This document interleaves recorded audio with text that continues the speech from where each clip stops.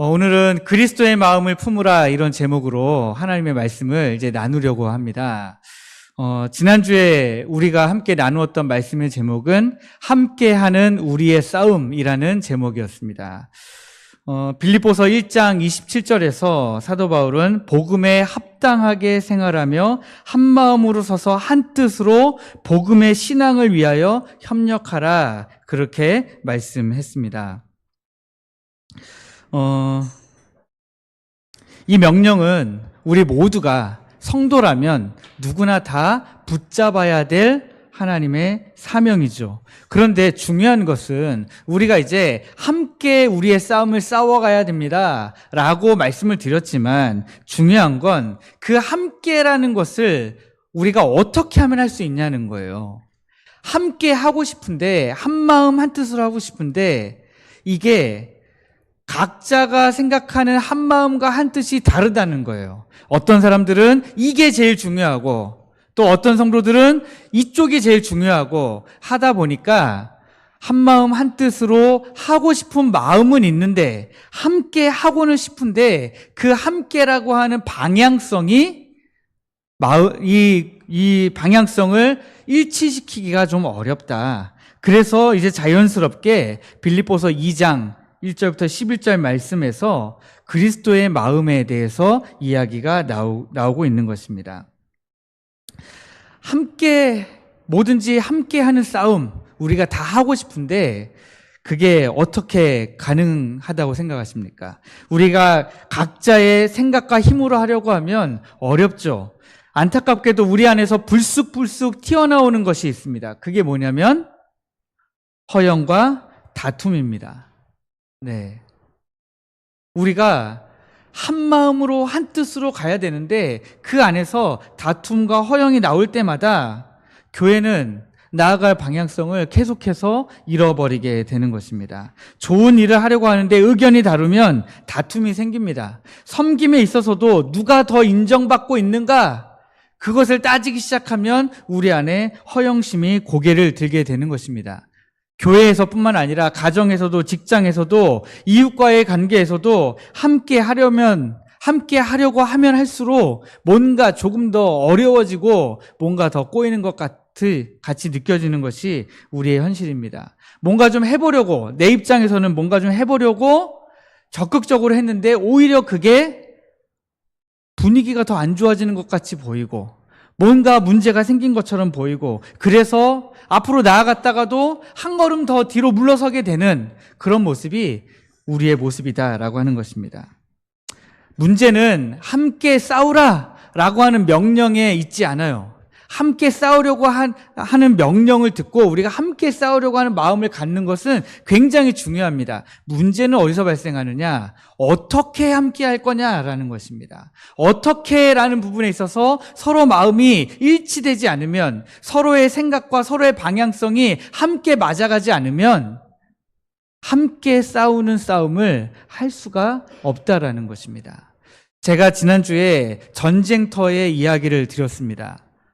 돌격 앞으로 하고 나갔는데 뒤에서 함께 나가지 않으면 앞에 먼저 튀어나간 사람만 죽을 거잖아요. 제가 요즘에 이런 꿈을 자주 꿉니다. 어떤 꿈을 자주 꾸냐면 오늘도 새벽에 한 3번, 4번 이 꿈 때문에 제가 움찔하면서 깼는데 혼자 절벽을 올라가고 있는 꿈을 꿔요. 계속.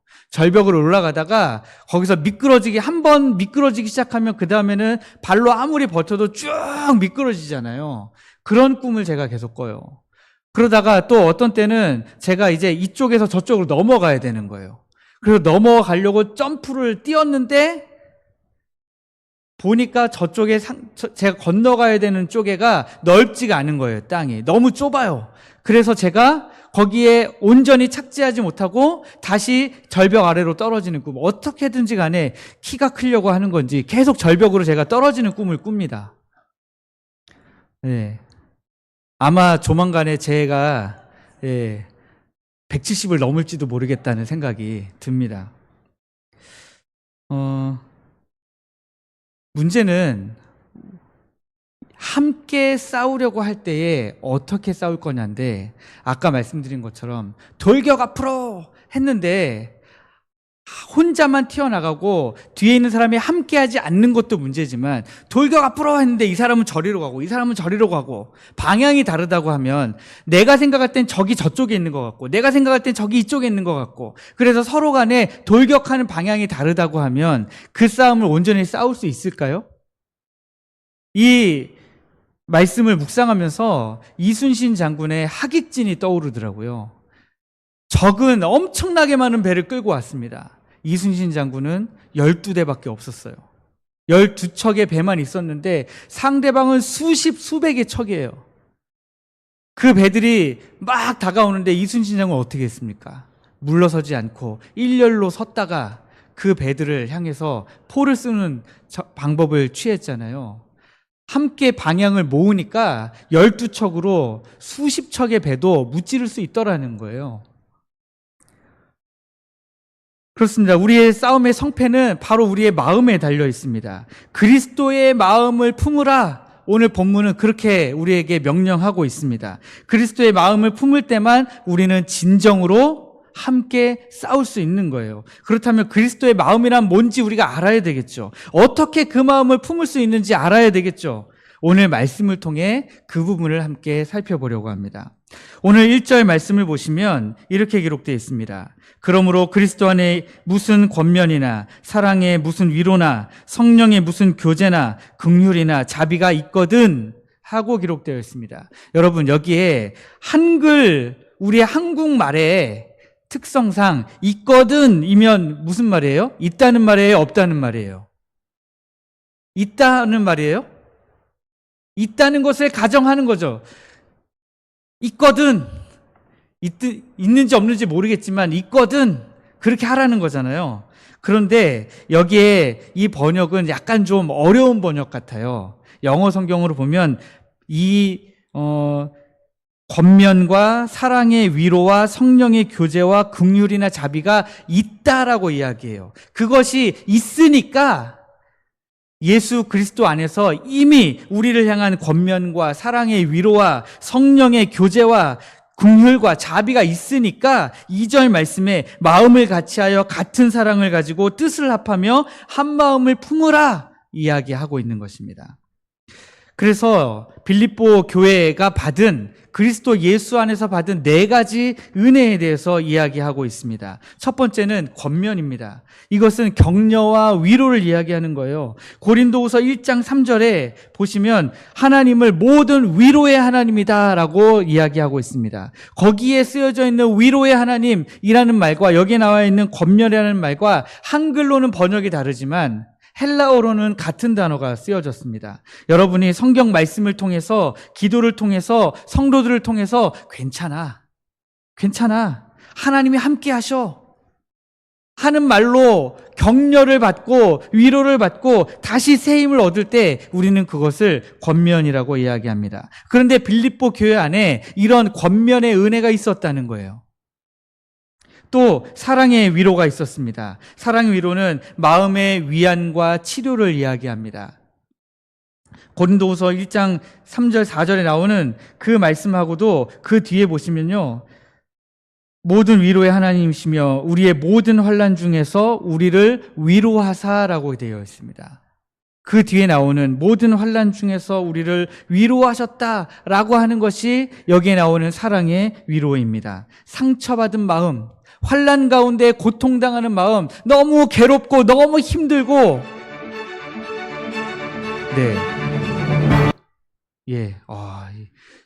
제가 설교가 이 정도입니다. 웅장한 음악과 함께. 그런데 이런 너무 힘들고 마음이 아프고 힘든데 그 가운데 하나님께서 우리를 찾아오셔서 우리로 하여금 다시 일어날 수 있는 힘을 주시고 우리로 하여금 다시 하나님을 바라보면서 하나님의 영광을 바라보면서 나아갈 수 있도록 우리에게 힘을 주시는 그 위로가 우리 하나님으로부터 주어지는 사랑의 위로다라고 하는 거예요. 또 빌립보 교회에는 성령의 교제가 있었습니다. 친교와 나눔이 활발했어요. 사도행전 2장 42절에서 초대교회 성도들이 사도들의 가르침과 교제에 전념했다 할 때에 그 교제가 이 성령의 교제입니다. 성도들끼리도 교제와 친교가 있었지만 성령 하나님과 더불어서 친교와 교제가 있었다는 거예요. 그것은 무슨 말씀입니까? 하나님과 우리 사이에 거룩한 만남이 계속해서 일어났다라고 하는 거예요. 빌립보 교회는 성령 하나님과 계속해서 거룩한 교제를 이어나가면서 영적으로 충만했다는 겁니다. 영적으로 하나님의 은혜를 누리는 교회가 바로 빌립보 교회였습니다. 그리고 네 번째 은혜는 긍휼과 자비가 있는 교회였습니다. 골로새서 3장 12절에 보시면 긍휼과 자비를 옷 입듯 하라 그렇게 나옵니다.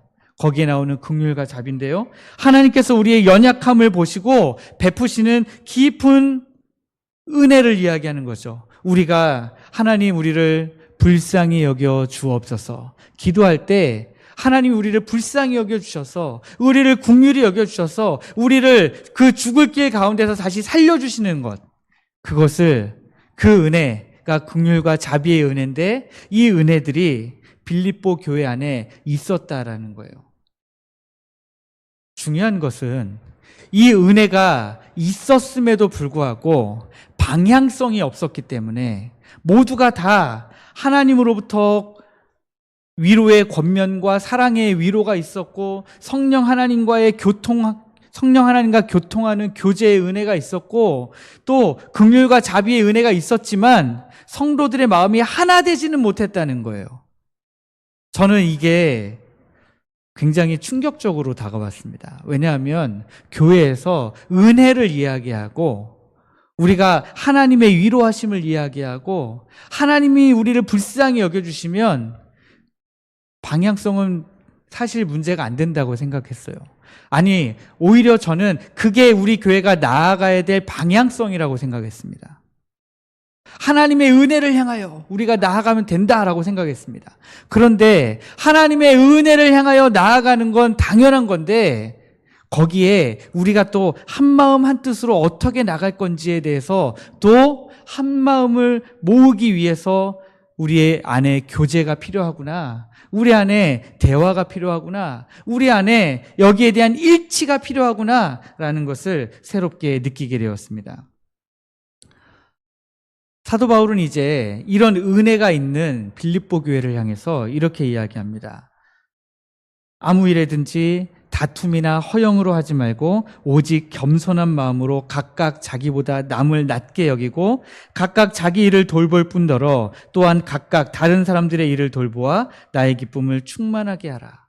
여러분, 아까 제가 말씀드린 빌립보 교회 안에 있었던 네 가지 은혜, 만약에 그 네 가지 은혜가 우리 포항 택전교회도 동일하게 있다면 여러분, 우리 안에 여러분 그래도 겸손하셔야 됩니다 라는 말을 할 필요가 있을까요?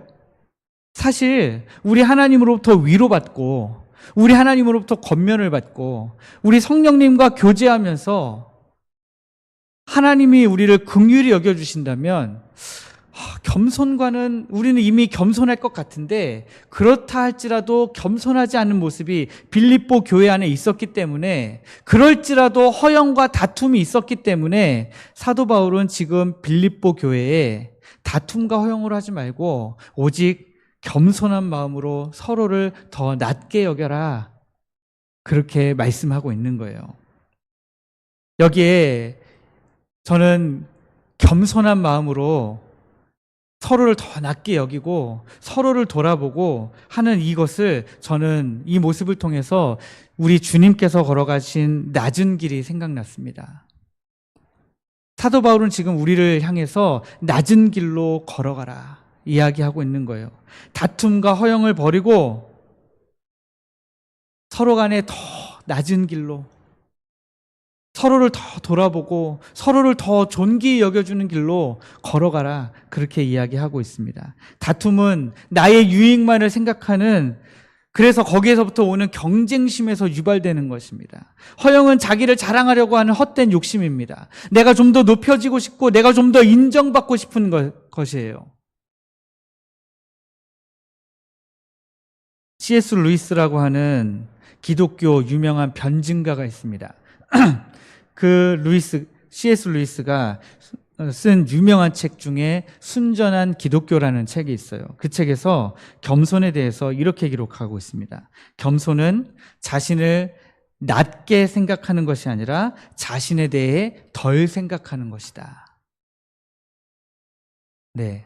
내가 나를 좀 낮추고 내가 좀 더 예의 범절을 갖춰서 좀 더 남들 앞에서 허리를 굽신굽신하고 그것을 우리가 겸손이라고 얘기하는 것이 아니라 다른 사람에 비해서 나에 대한 생각을 좀 더 덜 하는 거죠. 나에 대해서 뭘 좀 더 덜 생각하는 겁니까? 내 욕심을 채울 생각을 덜 하는 거예요.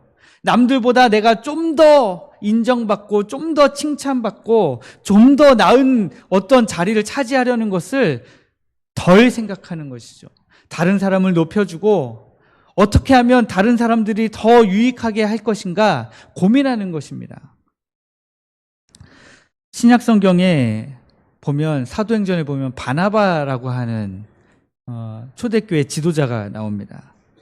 바나바가 저는 바로 이런 마음을 가진 사람이었다고 생각합니다. 사도행전 9장을 보면 모든 사람들이 사도 바울을 꺼려했습니다. 그도 그럴 것이 사도 바울은요, 그 전까지는 사도라는 이름도 붙여질 수 없었죠. 사울일 때는요, 그는 이스라엘 민족 중에 예수님을 주로 고백하는 사람들을 다 붙잡아다가 감옥에 보내고 고문하고 또 스데반을 죽일 때에 그 스데반을 죽이는 사람들의 옷을 다 맡아서 증인의 역할을 하고 주동자였습니다. 그는 예수 믿는 사람들을 붙잡아 죽이던 사람이에요. 그런데 그 사람이 어느 날 갑자기 다메섹 도상에서 예수님을 만나고 며칠 금식하더니 이제는 예수님이 주다! 예수님이 주시다라고 고백하고 선포하는 사람으로 길거리에 나왔을 때에 사람들이 사도 바울을 믿지 않았어요. 저것도 무슨 작전 펴는 거 아니야? 저렇게 해가지고 우리가 다 이제 같은 편인 줄 알고 나갔는데 그 사람들 다 잡아가는 거 아니야? 하고 사람들이 막 불편해 했습니다. 힘들어 했어요. 그때에 바나바는 어떻게 합니까? 바나바는 사도 바울을 데려다가 제자들에게 데리고 가서 소개해주고 안디옥 교회가 막 크게 부흥할 때에 굳이 가서 사도 바울을 데려다가 안디옥 교회에서 함께 사역하면서 안디옥 교회에서 바나바가 혼자 사역하면서 그 모든 공과 모든 칭찬과 모든 인정을 혼자 다 받을 수 있었거든요. 그런데도 불구하고 그렇게 하지 아니하고 굳이 가서 사도 바울을 데려와서 함께 사역하면서 함께 일하는, 함께 동역하는 그런 모습을 보여주었습니다. 바나바는 자신의 이름보다는 다른 사람을 세우는 일에 더 열심이었습니다. 그래서 저는 바나바를 참 좋아해요. 그래서 제가 해외에 나가면 누가 저에게 영어 이름을 물어보면 제 이름이 바나바예요. 네. 누가 저한테 너 이름이 뭐니? 그럼 저는 I am 바나바 이렇게 이야기합니다. 그래서 바나바는요, 그 이름 뜻이 뭐예요? 위로의 아들이다 라고 하는 뜻이잖아요. 네. 다른 사람들을 찾아가서 위로하고 다른 사람들을 찾아가서 도와주고 다른 사람들이 넘어져 있으면 가서 손 붙잡아주고 다른 사람들이 곤경에 처해 있으면 가서 건져주고 남들이 다 피할 때 같이 가서 함께 있어주고 그게 바나바였습니다. 이처럼 겸손이란 다른 사람을 나보다 더 높게 여기고 내 일만 보는 것이 아니라 다른 사람의 일을 돌보는 것, 그것이 바로 겸손입니다. 그런데 사도 바울은 지금 빌립보 교회를 향해서 너희들이 예수 그리스도 안에서 이 네 가지 은혜를 받았으니까 그리스도 예수 안에서 서로 겸손하라. 그러니까 우리가 그리스도의 마음을 생각할 때에 우리가 거치게 되는 첫 번째 관문이 뭡니까? 바로 겸손하는 것입니다. 겸손하게 하나님의 말씀 앞에 서는 것, 그것이 우리가 걸어가야 되는 낮은 길의 출발점입니다. 그런데 그 낮은 길, 겸손의 길, 누가 먼저 하시겠어요? 이 말씀을 듣고 나면 누가 먼저랄 것 없이 먼저 해야죠. 그런데 누가 먼저랄 것 없이 먼저 해야 되는데 우리 주님이 이 길을 먼저 걸어가시면서 이 길 따라오라고 우리에게 그렇게 말씀해 주셨어요. 6절 말씀을 보시면 그는 근본 하나님의 본체시나 하나님과 동등됨을 취할 것으로 여기지 아니하셨다. 예수님은 본래 하나님과 동등한 보좌에 앉아 계셨습니다. 창조주로서 모든 피조물의 영광과 찬양을 받으실 분이었습니다. 그런데 우리 주님은 그 권리를 스스로 포기하셨습니다. 왜 포기하셨습니까? 예수님 자신보다 우리를 더 생각해 주신 거죠. 예수님 자신을 덜 생각하시고 우리를 더 많이 생각해 주신 거예요. 우리를 돌보기 위해서 그 자리를 포기하신 것입니다. 취할 것으로 여기지 아니하셨다라고 하는 말은 마땅한 권리를 내어놓으셨다, 포기하셨다, 내려놓으셨다라고 하는 뜻입니다. 7절을 보시면 오히려 자기를 비워 종의 형체를 가지사 사람들과 같이 되셨다. 지난주 말고 그 전주에 설교 제목이 뭐였는지 기억나십니까? 8월 3일 설교 제목. 맞추시면 제가 이따가 떡 하나 더 드리려고 그랬는데 오히려 잘 되었습니다가 제목이었어요. 네, 오히려 잘 되었습니다. 오히려의 은혜가 있는 것 같아요. 우리 주님은요, 마땅히 경배받으실 하나님이셨는데 오히려 자기를 비워 종의 형체를 가지사 사람의 몸을 입으셨다는 거예요. 이게 얼마나 대단한 은혜입니까? 우리는 상상도 할 수 없는 거죠. 내가 마땅히 누릴 권리가 있는데, 마땅히 받을 찬사가 있는데, 그것을 내가 받을 권리로, 내가 받을 찬사로, 인정으로, 칭찬으로 여기지 아니하고 오히려 더 낮은 곳으로 내려가서 섬기려는 그 마음은 우리가 쉽게 가질 수 없는 것이죠. 그런데 그 길을 누가 먼저 걸으셨냐? 우리 예수님께서 먼저 그 길을 걸어가셨다라고 하는 것입니다. 자기를 비우셨다라고 하는 것은 예수님께서 신적인 특권들을 사용하지 않으시고 스스로 제한하셨다라고 하는 의미입니다. 스스로 제한하셨다는 것이 굉장한 의미를 갖습니다. 예수님은요, 십자가에 매달리셨을 때 여러분 그런 뮤지컬을 보신 적이 있으신지 모르겠어요. 슈퍼스타 지저스 크라이스트라는 뮤지컬인데 거기에 보면 가장 마지막에 외치는 소리가 뭐냐면 예수님이 십자가에 못 박히셨을 때에 그 아래에서 사람들이 외치는 거예요. 하나님의 아들이거든 그 자리에서 벗어나십시오. 거기서 내려오라. 그럴 때에 그 뮤지컬 안에서 예수님이 깊은 고민과 갈등을 하세요. 아, 내가 지금이라도 내려갈까? 내가 하나님이라는 사실을 보여줘 말어? 하면서 예수님이 내적인 갈등과 고민하는 모습을 거기서 마구 보여줍니다. 그때 예수님이 스스로의 능력을 제한하시죠. 스스로 그 능력을 제한하시고 우리를 위해서 그 십자가에서 몸소 죽음을 경험하시는 거예요. 채찍을 맞으시는 거예요. 사실 안 맞으실 수도 있잖아요. 그러나 우리 주님은 채찍을 맞으셨습니다. 자기의 능력을 제한하시면서. 우리도 마찬가지입니다. 내가 가지고 있는 권리, 내가 가지고 있는 어떤 욕심들, 내가 할 수 있어요. 그런데 그것을 겸손하기 위해서는 제한해야 된다는 거예요. 제한하지 않으면 우리는 겸손할 수 없습니다. 그런데 주님의 낮아지심은 자기의 스스로의 능력을 제한하시는 거에서 멈추시지 않았습니다. 8절 말씀해 보시면 죽기까지 복종하셨다라고 기록하고 있습니다. 인간이 되신 것만으로도, 사람의 몸을 입으신 것만으로도 충분히 낮아지신 건데 거기서 멈추시지 않고 죽어주셨다라는 거예요. 죽기까지 복종하셨다. 죽기까지 순종하시면서 겸손의 길, 그 낮은 길을 걸어가셨다. 여러분, 우리는 그 길을 따라 걸어갈 수 있습니까? 어설프게 순종의 길을 흉내낼 수는 있어요. 그런데 여러분, 내가 누릴 수 있는 거 다 제한하면서 겸손할 수도 있어요. 그런데 죽기까지 복종하는 거 가능합니까? 이거 굉장히 어려운 일이잖아요. 그런데 주님이 그 길을 먼저 걸어가 주셨다라는 거예요. 십자가에서 죽으신다는 것은 당시에 얼마나 수치스러운 일인지 모릅니다.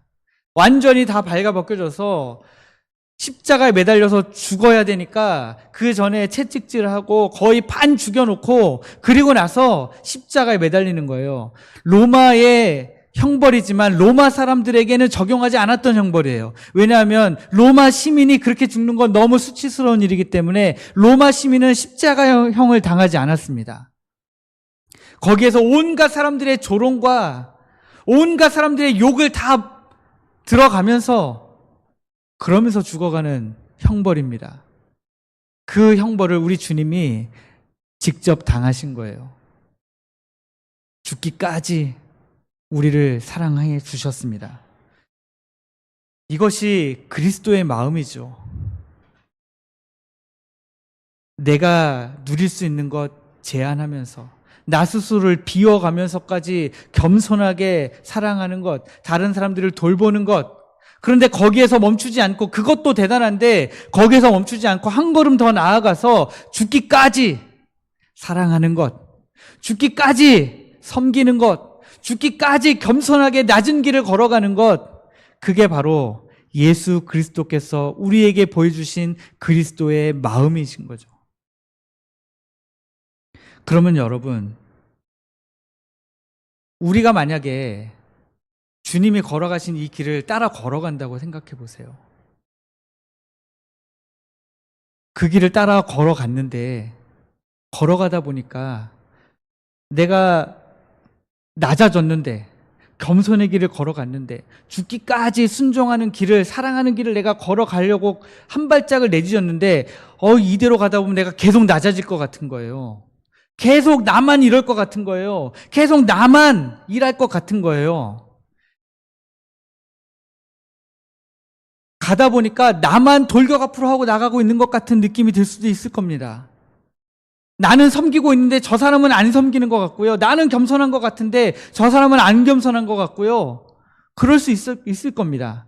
그래서 그 다음 말씀이 또 필요한 거예요. 9절부터 11절 말씀에 예수님이 죽기까지 복종하셨는데 그 다음에 하나님이 그 예수님을 어떻게 하셨습니까? 이러므로 하나님이 그를 지극히 높여 모든 이름 위에 뛰어난 이름을 주셨대요. 할렐루야. 우리 주님이 완전히 자기를 비워 종의 형체를, 우리는 종의 형체잖아요. 하나님으로 봤을 때는 인간의 몸, 피조물의 몸을 입고 하나님이 피조물의 몸을 입고 이 땅에 오셔서 그것도 부족해서 우리를 위해 십자가에서 죽기까지 우리를 사랑해 주셨는데 그래서 죽으셨단 말입니다. 그런데 하나님이 그냥 내버려 두지 않으시고 죽기까지 복종하신 그 예수 그리스도를 오히려 모든 이름 위에 높여서 지극히 높여주셨다라고 하는 거예요. 10절, 11절 계속 보시면 하늘에 있는 자들과 땅에 있는 자들과 땅 아래에 있는 자들로 모든 무릎을 예수의 이름에 무릎 꿇게 하시고 모든 입으로 예수 그리스도를 주라 시인하여 하나님 아버지께 영광을 돌리게 하셨느니라. 온 우주가 예수 그리스도의 이름 앞에 경배하게 하시는 완전한 승리를 주셨어요. 하늘에 있는 천사들과 땅에 있는 모든 사람들과 심지어 땅 아래에 있는 사탄과 귀신들까지도 예수님 앞에 무릎 꿇게 하셨습니다. 이 모습은 우리에게 소망이 되는 거예요. 내가 겸손하게 낮은 자리를 찾아서 다른 사람들을 섬기고 다른 사람들을 사랑하고 할 때에 여러분 손해보는 느낌이 드실 수 있어요. 그런데 그 손해를 우리 주님이 완벽하게 만회해 주신다는 거예요. 여러분의 손해는, 여러분의 손해를 보는 것 같은 느낌은 그냥 기분 탓이라고나 할까요? 그게 아니라 우리 하나님이 완벽하게 승리해 주시는 그 날이 오기 때문에 그것을 소망으로 삼고 그날을 바라보면서 끈질기게 인내심을 가지고 그 자리를 지켜나가는 것, 그것을 우리 주님이 원하신다라고 하는 것입니다. 이것이 하나님의 원리예요. 낮아지는 자를 하나님이 들어서 높이시고 높아지려고만 하는 사람을 하나님이 잡아서 낮추시는 것, 그것이 우리 하나님의 원리라고 하는 거예요. 우리 주님도 말씀하셨잖아요. 잔치자리에 들어가면 상석에 앉지 말고 어디에 앉으라고요? 가장 낮은 자리에 앉으라고요. 상석에 가서 먼저 뚜벅뚜벅 가서 앉은 사람은 결국 끌려서 낮은 자리에 앉지도 못하고 저 바깥에 내쫓기고요. 가장 낮은 자리에 가서 앉았던 사람은 주인이 불러다가 가장 높은 자리에 앉혀준다는 거 아닙니까? 그러면 여러분, 지혜가 있는 사람이라면 예수님의 이 말씀을 듣고 어느 자리에 가서 먼저 앉아야 되겠냐는 거예요.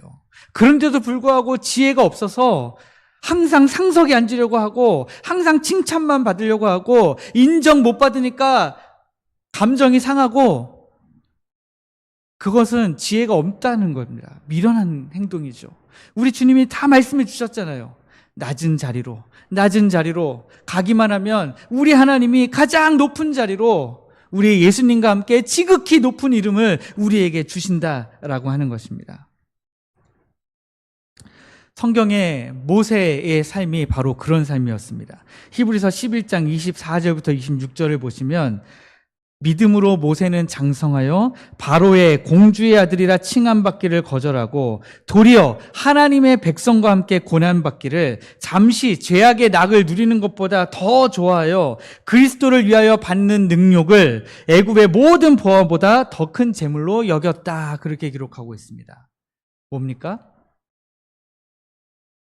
모세가 애굽 사람을 쳐 죽이고 그것이 발각돼서 도망갔잖아요. 그런데 그게 모세가 우발적으로 범행을 저지르고 발각되니까 그냥 휙 하고 도망갔다는 게 아니라는 거예요. 믿음으로 했던 행동이라는 거예요. 믿음으로 애굽에서 바로의 공주의 아들로서 그냥 잘 살 수 있었는데, 아무런 부족함 없이, 아무런 어려움 없이 살 수 있었는데, 그 삶보다 오히려 자기 백성을 위하여 예수 그리스도처럼 고난받고 능력받는 삶을 더 좋아했다는 거예요. 그래서 그가 어떻게 됩니까? 광야 땅에 가서 40년 동안 양을 치고 살아요. 얼마나 손해보는 느낌이었을까요? 얼마나 내가 하나님 이렇게까지 그 좋은 자리를 마다하고 내가 이 낮은 자리로 내려왔는데 하나님 40년 동안 나를 계속 양만 치게 하시면 이게 뭡니까? 하나님께 원망 많이 했을 겁니다. 언제까지 양을 쳐야 됩니까? 하면서 하나님 앞에 외쳤을 거예요.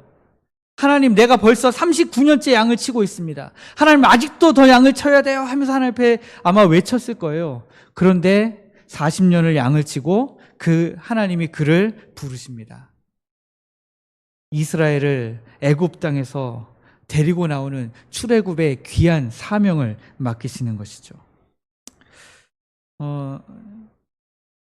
만델라라는 대통령 아시죠? 남아프리카 공화국의 대통령이었는데, 그가 인종차별 정책에 맞서 싸우다가 감옥에 갇혀 있었던 세월이 27년이래요. 근데 이 놀라운 것은 27년 동안 감옥에 갇혀 있었는데 그가 나와서 자기를 거기에 가뒀던 사람들, 그가 잘못한 것도 없는데 그를 가둬뒀던 사람들 얼마나 미웠겠어요. 얼마나 그 사람들을 향한 원망과 분노가 가슴에 가득 차 있었겠습니까? 그런데 만델라는 나오자마자 사랑과 용서를 외치기 시작했고요. 결국에는 그의 모습 때문에 그가 남아프리카 공화국 대통령이 되었습니다. 남아공 최초의 흑인 대통령이 되었어요. 그가 인종차별 정책에 반대하다가 감옥에 들어간 사람인데, 그 사람이 27년 동안 감옥에 있다가 나와가지고 최초의 흑인 대통령이 됐으니 얼마나 대단한 사람입니까? 그가 나와서 분노의 칼을 휘둘렀다면, 분노의 언어를 휘둘렀다면 아마 그는 대통령이 되지 못했을 거예요. 그러나 그가 하나님을 믿는 사람으로 그 앞에서 하나님의 말씀을 따라 사랑과 용서를 외치기 시작했을 때 하나님이 그를 높여주시는 것을 우리가 보게 됩니다.